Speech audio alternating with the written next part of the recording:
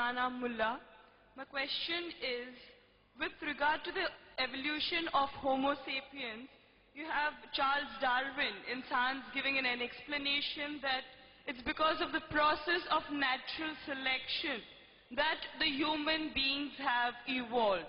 Now this seems to be in contradiction with the Islamic belief that we are the children of Adam alayhi salam.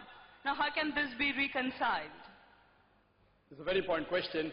No lecture of mine on this topic of Quran modern science is complete without this question.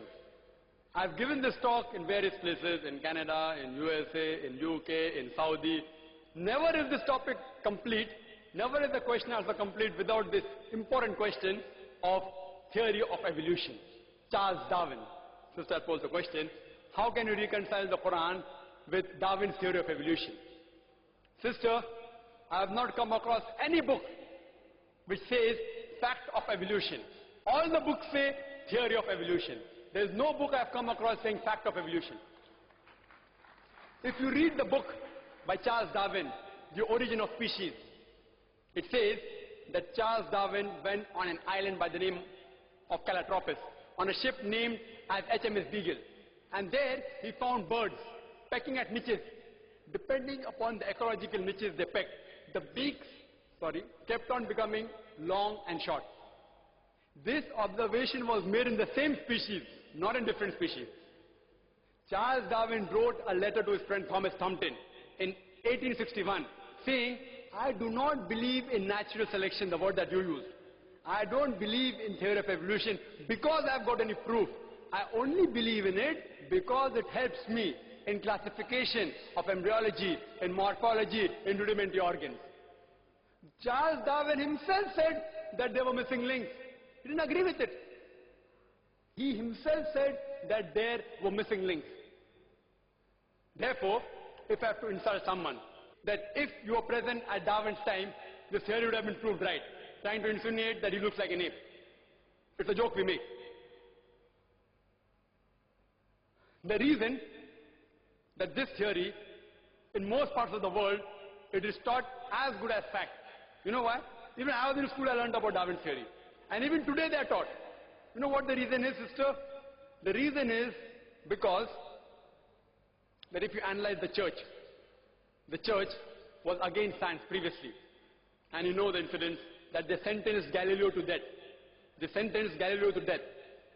Why? Because he said certain statements in astronomy, etc., which went against the Bible, so they sentenced him to death, for which the Pope apologized now.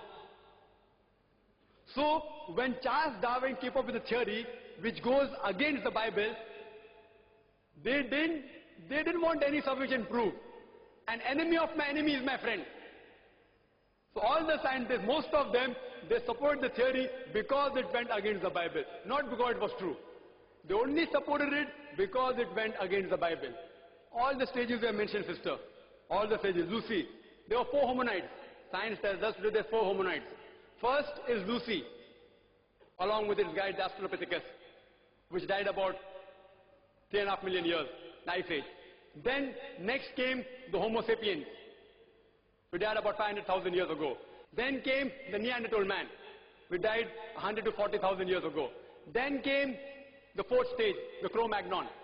There is no link at all between these stages. According to P.P. Grasse, in 1971, who held the chair of evolutionary studies in Paris, in the Sorbonne University, he said, it is absurd. We cannot say who are ancestors based on fossils. I can give you a list of hundreds of scientists and Nobel Prize winners who speak against Darwin's theory. Hundreds. If you know of Sir Albert George, who got the Nobel Prize for inventing the vitamin C, he wrote a book, The Crazy Ape and Man, against Darwin's theory. Again, if you read Sir Fred Hoyle's work, he wrote several works against Darwin's theory.